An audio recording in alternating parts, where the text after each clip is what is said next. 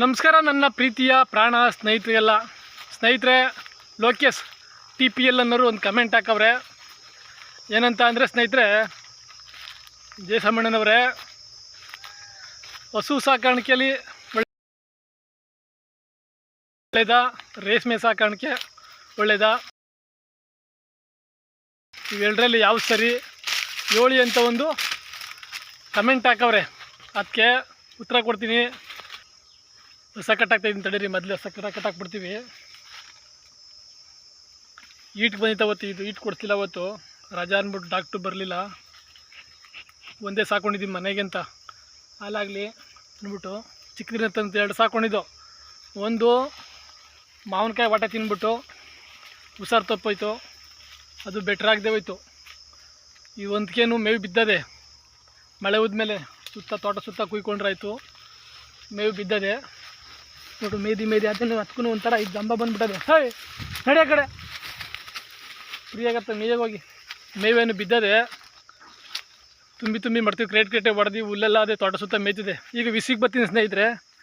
ನಾನು ಅಲ್ಲಿ ತೋಟತಾವ್ ನೀರು ಕಟ್ಟಿದ್ದೀನಿ. ವಿಪರೀತ ಸೊಳ್ಳೆ ಜಾಸ್ತಿ ಏನು ಕಡಿತಾವೆ, ಅದಕ್ಕೋಸ್ಕರ ಎಲ್ಲ ಪ್ಯಾಕಿಂಗ್ ಮಾಡ್ಕೊಬಿಟ್ಟಿದ್ದೀನಿ. ಅಲ್ಲೂ ಎಲ್ಲ ಮುಚ್ಕೋಬೇಕು.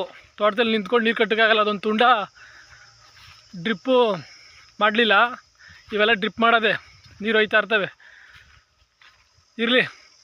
ಏನಂದರೆ ಸ್ನೇಹಿತರೆ, ಹಸು ಸಾಕಾಣಿಕೆ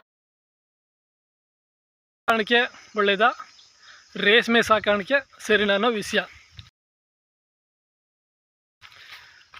ನಾನು ಕಣ್ಮಟ್ಟಿಗೆ ಸ್ನೇಹಿತರೆ ಡೈರೆಕ್ಟಾಗಿ ವಿಷಯಕ್ಕೆ ಹೇಳ್ಬಿಡ್ತೀನಿ.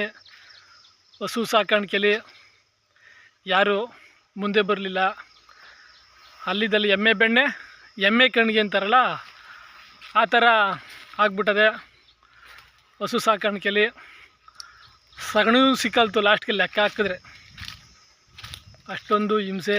ಏನು ಅವತ್ತಿಗೆ ತಕ್ಕಡಿ ಸಮ ತೂಕ ಮಾಡ್ದಂಗೆ ಒಯ್ತಾ ಇರ್ತದೆ ಜೀವನ ಅಷ್ಟೇ. 8 ದಿವಸ 10 ದಿವಸ 15 ದಿವಸ ಕಟ್ತೋರಲ್ಲ, ಎಷ್ಟೋ ಜನ ಸಾಲ ಮಾಡಿಕೊಂಡು ತಲೆ ಮೇಲೆ ಬಂದ್ಬಿಟ್ಟು ಎಲ್ಲ ಮಾರ್ಬಿಟ್ಟು ಪಾಳು ಬಿಟ್ಬಿಟ್ಟವ್ರೆ. ಸವಸನೆ ಬೇಡ ಅಂತ 1-2 ದಿವಸ ಹುಷಾರು ತಪ್ಪೋದು ಅಂದರೆ ಅವ್ರು ಹಾಕಿರೋ ಬಂಡವಾಳ ಎಲ್ಲ ಹೋಯ್ತು. ತಿಳ್ಕೊಳ್ಳಿ, ಹಸು ಸಾಕಾಣಿಕೆಯಲ್ಲಿ ಯಾರೂ ದುಡ್ಡು ಮಾಡೋಕ್ಕಾಗಲ್ಲ. ಏನೋ ಅವತ್ತು ಚೀಟಿ ಪಾಟಿ ಕಟ್ಕೊಂಡು ಅಲ್ಲಿದ್ದಲ್ಲಿಗೆ ಸಮ ಆಗಿ ಹೋಯ್ತಾ ಇರ್ತದೆ ಅಷ್ಟೇ ಹೊರ್ತು ಇನ್ನೇನು ಮಾಡೋಕ್ಕಾಗಲ್ಲ. ಹಸು ಸಾಕಾಣಿಕೆಯಲ್ಲಿ ನಾನು ಚೆನ್ನಾಗಿರಬೇಕು, ದುಡ್ಡು ಮಾಡಬೇಕು ಅಂದರೆ ಒಂದೆರಡು ಹೇಳ್ತೀನಿ. ಹಸು ಸಾಕಾಣಿಕೆ ಮಾಡೋರು ಪಾಲಿಸಿದ್ರೆ ಸಕ್ಸಸ್ ಆದೇ ಆಯ್ತೀರಿ, ದುಡ್ಡು ಮಾಡ್ಬೋದು. ಏನು ಥರ ಅಂದರೆ ಸ್ನೇಹಿತರೆ, ಹಸುಗಳ್ನ ಯಾರು ಮನೆಯಲ್ಲೇ ಕಟ್ಟಾಕಿ ಹುಲ್ಲಾಕಿ ಸಾಕಬೇಡಿ. ಆಚೆಗಡೆ ಹೊಡ್ಕೊಂಡೋಗಿ 5 ದಿವಸ ಆಗ್ಬೋದು, 10 ದಿವಸ ಆಗ್ಬೋದು, 20 ದಿವಸ ಸಾಕಿ. ನೀವು ಕುರಿ ದನ ಹೊಡ್ಕೋಗಿ ಕುರಿಗಳು ಆಡುಗಳು ಹೊಡ್ಕೋದಂಗೆ ಮೇಸ್ಕೊ ಬನ್ನಿ, ಹಾಲು ಕರ್ಕೊಳ್ಳಿ. ಈ ಥರ ಒಂದು ಮಾಡಿದಾಗ ನೀವು ಹಸುಗಳು ಯಾವುದೇ ಕಾರಣಕ್ಕೂ ಹುಷಾರು ತಪ್ಪಲ್ಲೋ. ನೀವು ಕಟ್ಟಾಕ್ತಾಗೆ ಇದ್ದಾಗೇ ಹುಷಾರು ತಪ್ಪೋದು, ನಿಮಗೆ ಯಾವುದೂ ತೊಂದರೆ ಆಗಲ್ತು. ಈ ಥರದೊಂದು ಮೆಥಡ್ ಮಾಡಿಕೊಂಡ್ರೆ ನೀವು ಹಸು ಸಾಕಾಣಿಕೆಯಲ್ಲಿ ಸಕ್ಸಸ್ ಕಾಣ್ಬೋದು. ಇನ್ನೂ ಸ್ನೇಹಿತರೆ, ರೇಷ್ಮೆ ಸಾಕಾಣಿಕೆಯಲ್ಲಿ ಉದ್ದಿನ ಹೇಳ್ತಾರಲ್ಲ, ಉಪ್ಪಿನೀರ್ಲು ಬೆಳೆ ಮಳಗಿ ಉಪ್ಪು ಕಾಸಿಲ್ಲ ಅಂತ, ಆ ಥರ ಆಗೋಯ್ತಿದೆ. ಕರೆಕ್ಟಾಗಿ ಮಾಡಿದರೆ ಇದು ಅಷ್ಟೇ ಸಕ್ಸಸ್ ಕಾಣಬೇಕಾದ್ರೆ ರೇಷ್ಮೆಲಿ ನಾವು ಶ್ರಮ ಪಡಬೇಕು. ಒಂದು 10 ದಿನ ಕಷ್ಟಪಟ್ಟರೆ ರೇಷ್ಮೆ ಸಾಕಾಣಿಕೆಯಲ್ಲಿ ಹಸು ಸಾಕಾಣಿಕೆಗಿಂತ ಸಕ್ಸಸ್ ಕಾಣ್ಬೋದು. ಹೆಂಗೆ ಅಂದರೆ, ಸಕ್ಸಸ್ ಕಾಣದೇ ಇದ್ರೂ ಪರವಾಗಿಲ್ಲ, ರೇಷ್ಮೆ ಸೊಪ್ಪು ಕುಯ್ತಾಯಿದ್ರೆ, ಅಡ್ಕಾಲ ಬಿಡಿಸ್ತಾಯಿದ್ರೆ, ನೀರು ಕಟ್ತಾಯಿದ್ರೆ ಬತ್ತಾ ಇರ್ತದೆ. ರಿಪೀಟ್ ಬರ್ತಾ ಇರ್ತದೆ. ಜಾಸ್ತಿ ಜಮೀನಿದ್ದು 1 2 ಎಕರೆ 3 ಎಕರೆ ಹಾಕ್ಕೊಂಡ್ರೆ ಸೊಪ್ಪತ್ತು ಅಂದರೆ ಮನೇಲಿ ದುಡ್ಡಿದ್ದಂಗೆ ತಿಳ್ಕೊಳ್ಳಿ. ಇದಕ್ಕೋಸ್ಕರನೇ ಹೇಳೋದು ನಾನು, ಹಸು ಸಾಕಾಣಿಕೆಗಿಂತ ರೇಷ್ಮೆ ಸಾಕಾಣಿಕೆನೇ ಬೆಸ್ಟು ಅಂತ ಹೇಳ್ತೀನಿ.